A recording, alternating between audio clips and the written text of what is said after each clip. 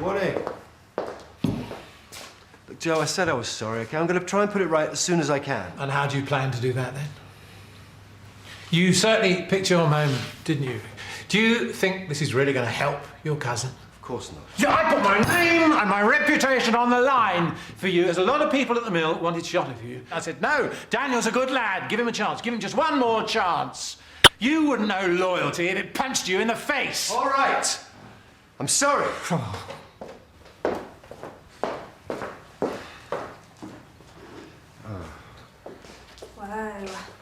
I'm impressed. I haven't seen him that angry since I ended up in the cells on my 14th birthday. Look, Joe's got a lot on his plate, okay? The only reason he kicked off is because he's worried sick about you, as am I. Look, I want you to know I'm sorry. I mean, this probably couldn't happen at a worse time for you. You can count on me, okay? Whatever happens. Don't be stupid. You couldn't have found a better way to take my mind off things if you tried. This is just what I need right now, some drama. A juicy bit of goss right here in my lap. Now, I want the whole story from the very beginning, in all its glory. All right.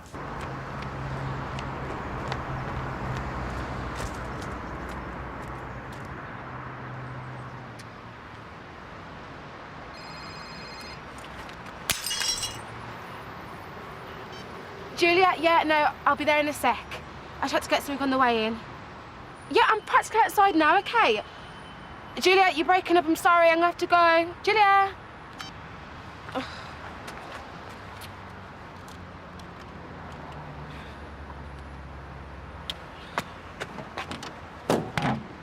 Oh, sorry, mate, you can't sleep there.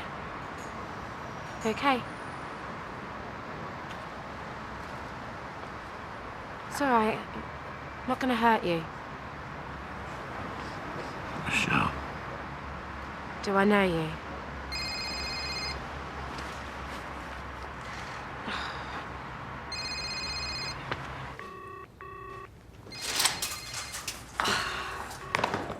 We agreed. 8 o'clock. I know, I'm sorry. My car won't be ready till lunchtime, so I had to catch the bus. Well, if you were going to be late, why didn't you call and let me know? Well, because I thought I could make it.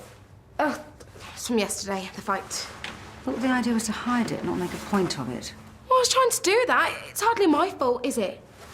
Well, I don't know what the patients will think. Honestly, brawling like a gang of drunken sailors instead of professional health carers. I mean, we cannot have this meeting now because I've got to go and find Nick and Joe. We have got to sort out this Daniel Archie situation.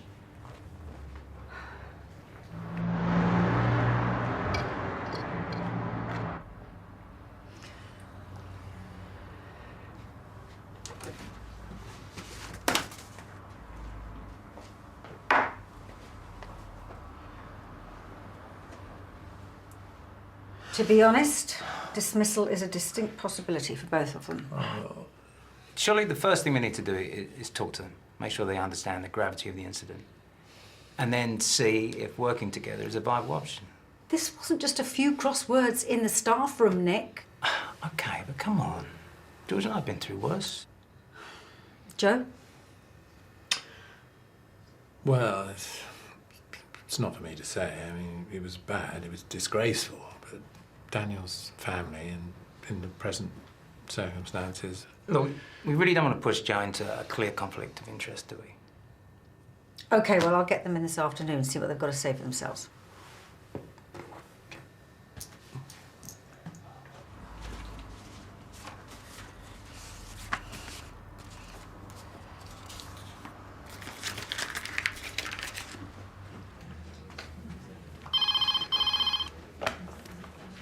Michelle? Good morning. Michelle? Julia, it's for you. Oh.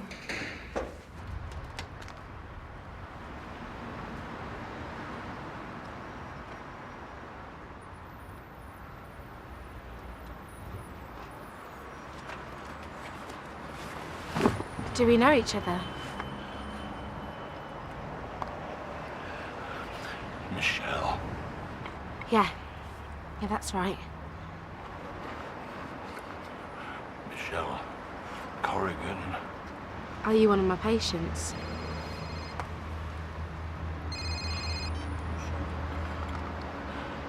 Michelle Corrigan. an A. Double English after break. Mr. Farnsworth? It's you? What happened? Michelle! Please, don't go anywhere.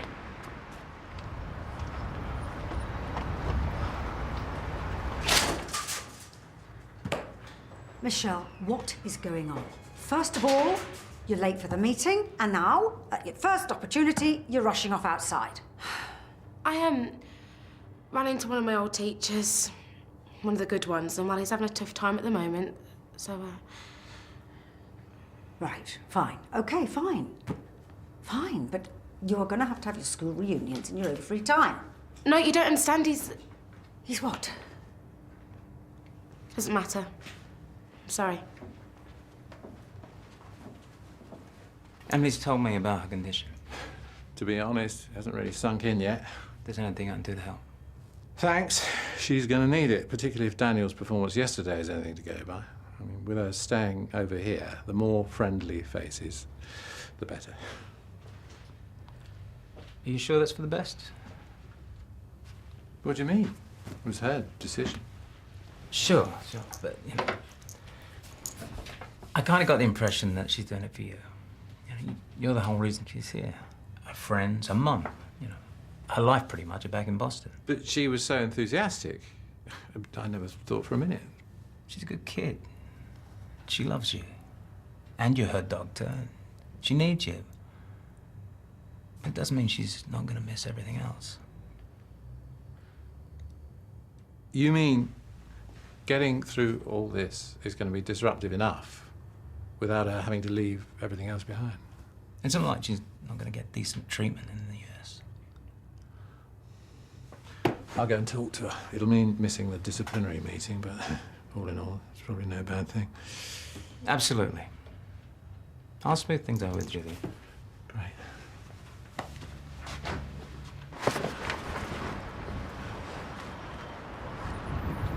I hope you like cheese and pickle. Go on. Take them, please. Thank you. Thank you.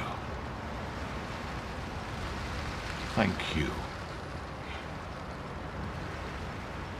That sounds strange. What, thank you? My voice. I haven't spoken for over a year. No one to talk to. Nothing to say. Are you hurt? Okay. Well, we should probably get you cleaned up. And I can't imagine you getting many showers living like this.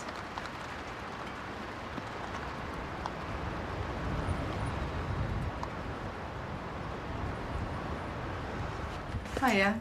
Didn't think you were in today. Probably for the last time. I'm up before the judge at 2:30. Oh. Yeah. Seem to be making a habit of it these days. Still, only so many times you can throw your career down the loo. Come on, where there's life, there's hope. Not this time. Hiya. Hi. I think I'll go and wait somewhere else. Oh, you just don't stop, do you? Must be so hard being so right all the time when the rest of us are so flawed. Don't drag the rest of us down to your level. Pack it in, the pair of you. You're as bad as each other. If you want Julia to walk in here and find you both fighting again, then fine. But just remember, you're not the only two people that have to share this space. Sorry, George, it's just so... It's okay. It's lunchtime. No one's going to be around. Can I help you? He's with me. Of course he is. Don't worry, she's like that with everyone. Come on. No one's going to bother us in the nurse's room.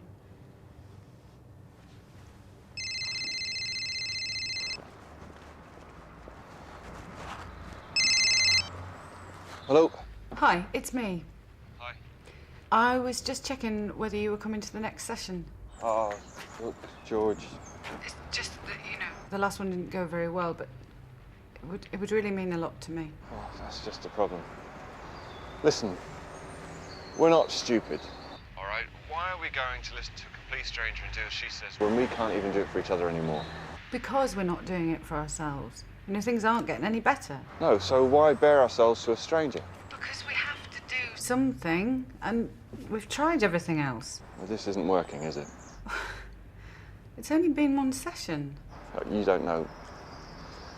You know what I think. Fine, you know, if that's all our marriage means, then off you go.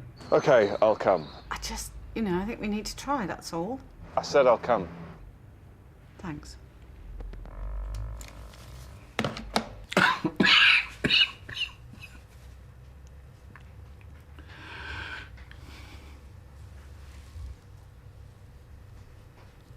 When did all this start? I don't understand. You were always talking. That's why we loved your class so much. Always encouraging us to say what we thought. Not anymore. I couldn't do it that way. I tried. Well, you always were a bit different. How'd you end up like this? I stopped talking. They said I was ill. But there's no point. Nothing to say.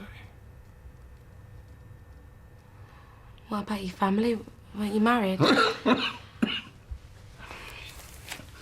Well, Mr. Farnsworth, you're showing signs of malnutrition, and that cough doesn't sound good at all. That's just for starters. Your ribs are in a really dead... Michelle, I'm sorry. Would you care to tell me what's... Please, wait. Thanks, Julia. Why'd you do that? Sorry. We can help you if you let us. We can get you fed, cleaned up, even find someone that you can talk to about all this. What about your wife? Don't you think she wants to know that you're okay? Look, you don't have to talk to her. You don't have to talk to me. Even just, please, give me her number.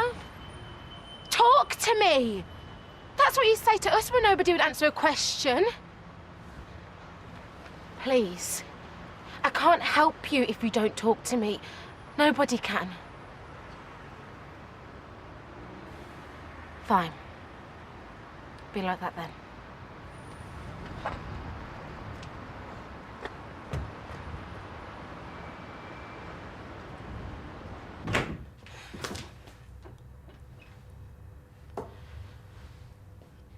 Remember earlier, I said I ran to an old teacher of mine? Yeah. Well, that was him, Mr. Farnsworth. Oh, see. Julia, he was just the best. I couldn't believe it when I realised it was him. How did he end up on the street? Dunno. Hasn't said much. Said today was the first time he'd spoken in ages. Well, it sounds as if he's had some sort of a breakdown. Yeah. Won't accept any help, though, just goes quiet. And I know it's not like I know him, and I haven't seen him for 10 years, but... I know. I feel like you owe him. He's a teacher. He shouldn't be sleeping rough. He's got a home, a wife out there. She's probably sick with worry. If I could just get them both back in contact... Michelle, it isn't always that simple. I've got to try. One step at a time. Now, you can't make him do something he doesn't want to do. I mean, the fact that he's talking to you, well, that's progress in itself. Yeah. Yeah, I suppose. And there can't be that many Farnsworths in the phone book. Joe asked me to apologise for his absence, but he had something to attend to at home. Oh, is everything all right? Oh, it seemed pretty urgent, but he didn't specify. Oh, dear. Well, we better get started without him, then.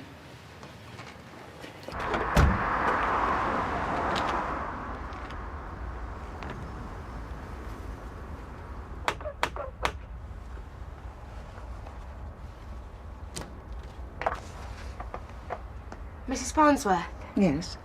I'm Michelle Corrigan from the Mill Health Centre. Right. It's about your husband? My husband? Yeah. We found him. What do you mean you found him? Is he dead? Oh, no, nothing like that. He's here. He's in Lethbridge. And he's fine, more or less. Right. The only trouble is he's homeless. Sleeping rough. I know. You know? You better come in. Right, well, I guess we're all painfully aware of why we're here, so what have you got to say for yourselves?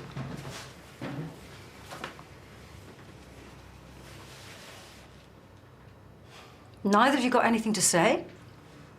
It was just a misunderstanding. It won't happen again. Well, not the most eloquent apology, Archie, but it's a start. Daniel? Yeah, I'm sorry too. You know, this is not some schoolboy nonsense. It couldn't be more serious. Both your jobs are hanging by a thread. Now, I want to know exactly what was said. Ask him. You're pathetic. Hey! I'm asking a question here. Look, with all due respect, I don't see the point of this. You've already decided to get rid of me. You've said as much yourself, so why the charade? No final decisions have been taken yet. Right, Julie? Well, they hadn't. You see, we foolishly thought you'd welcome a chance to explain yourselves. Look, has this got something to do with another member of staff, say Melody? No. What then? Come on. Just get it out of the way. Tell them. You're itching to. We can all see that. Haven't got the bottle too? All right, well, I will. The reason the fight happened is because little Miss Perfect here has been giving me grief since the day he found out that I've been working as an escort. There you go, happy? You were working as a what?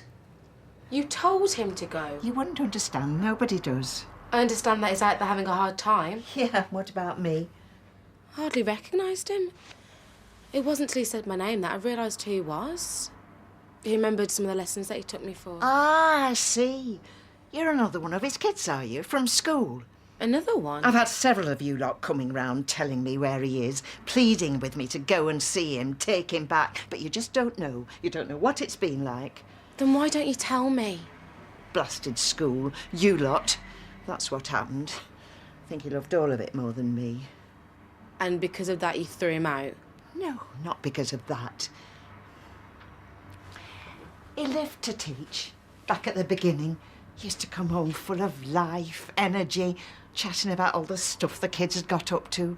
Really enjoyed it all. Bridger High may not have had the smartest kids, but it was fun. So? Then they had teacher changes. Comes in with new ideas. Derek was already a square peg in a round hole. He refused to change the way he taught. They wanted him to retrain. It was obvious they were trying to ease him out. I told him to leave. I mean, they were making his life hell there, but he wouldn't. It was making him ill, the stress. I could see it in him, grinding him down day after day. Became moody, aggressive, changeable, just like the teenagers. Closed down. You don't go back to a place to get abused day after day, do you? And he was bringing it home with him, but he wouldn't leave. I just couldn't take it anymore. You asking him to give up his passion must have been really hard for him. But he was giving up on me, too. He was closing down to me. He was having a breakdown. Is that what choosing not to speak to me is, a breakdown? Yeah, that's part of it. But not to speak at all, not to say a word. I don't think that he meant to shut you out. It just sounds like he was having a really difficult time. Told you this, has he? Well, no, not exactly. But he has tried to communicate. Look, he's only down the road at the Mill Health Centre. Why don't you just pop in to see him? No, I've already made that mistake. Gone and seen him when some of the do-gooder poked their nose in before. Stood there in the middle of the high street, pleading with this tramp to talk to me. And he wouldn't. And I realise there's quite a crowd gathering, and it's me they're looking at. A cracked-up housewife bothering a homeless man. I must have looked as mad as him. Well, that must have been really hard for you. But it sounds like he wasn't ready then. Maybe this time he is ready. You cajoling him into talking about a sniffle or a cough is hardly him ready to speak to me, is it? Well, no, it wouldn't be. But it wasn't a cold. He's been really badly beaten up. And it wasn't me who spoke first. You do want him back, don't you? It's not like I'm still doing it. What were you thinking? I needed the money. I do know the mechanics of prostitution, Daniel. It was never about sex. Oh, well, that's okay then. What if a patient had seen you? I know.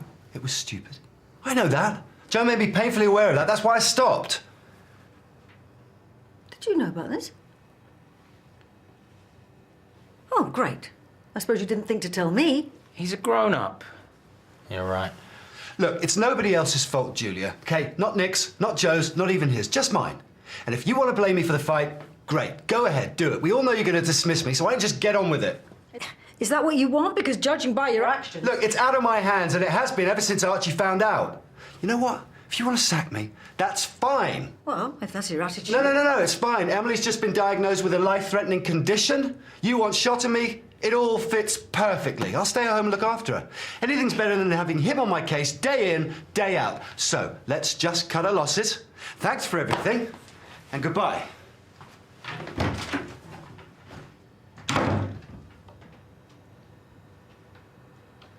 He should just be round the corner. I tried to get him inside, but he bolted. Not for the first time. Derek? Derek? Michelle here said she'd seen you. You're looking... Michelle thought you might be ready to talk. I told you it'd be a waste of time. So this is it, is it? I wait all this time and you still have nothing to say. You don't give a damn about me, do you? You selfish little so-and-so. I knew this was a bad idea. Just when you think it can't hurt anymore, I'm a stupid, stupid woman. Mary, I am so sorry, but please, just wait here. Please.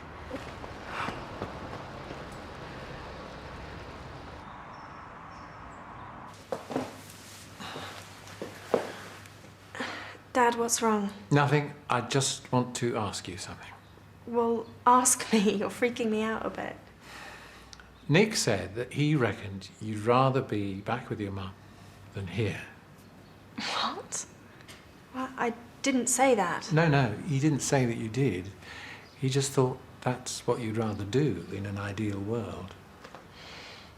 Well, yeah, maybe, but in an ideal world I wouldn't be ill, would I? And money would grow on trees, and getting to Boston and back would take half an hour, and you and Mum would never argue about... Yeah, well, life isn't perfect. Tell me about it. Since the diagnosis... But I know I've got you and Mum and Daniel, and you're all there for me. Just not here. No, but... No one's got nothing to say. Remember that? You told us that each of us had a voice and it was unique, and it was something to be proud of no matter what. You're always saying things like, speak up, make yourself heard over the din of the world. You're the best thing about that school. That was a long time ago. So what, you're just gonna shut up till the day you die? You never gave up on us, not any of us. You told us that giving up was the only way you could fail at anything. I always believed in you. But now, seeing you like this, I just think, did he really mean those things, or was he just saying it because it sounded good? Was he just like all the others? Who are you really giving up on? Mary or yourself?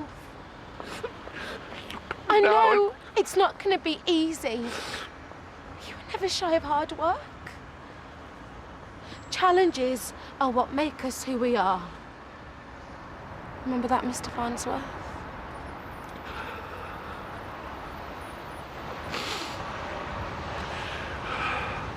You were always trouble, Corrigan.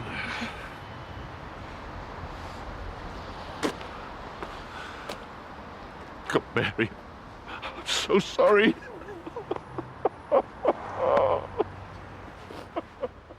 All I want is for you to get better. Well, duh, you are a doctor. And as a doctor, I know that patients fare better in familiar settings, surrounded by friends and family. And I've decided to stay here with you, my dad. You shouldn't have to decide. Besides, you don't have any say in the matter. Are you telling me to go home? Yes, but I'm coming with you. For how long? As long as it takes. But your job, the mill, you're a partner. You're my daughter. Even so, I can't ask you to put your life on hold just so... You don't have to ask. Like you said, I'm your dad. It's what dads do. Yeah, but... No, you can argue all you like. It's what I want to do. Dad, are you sure about this? Absolutely. Never been surer. The sweetest thing.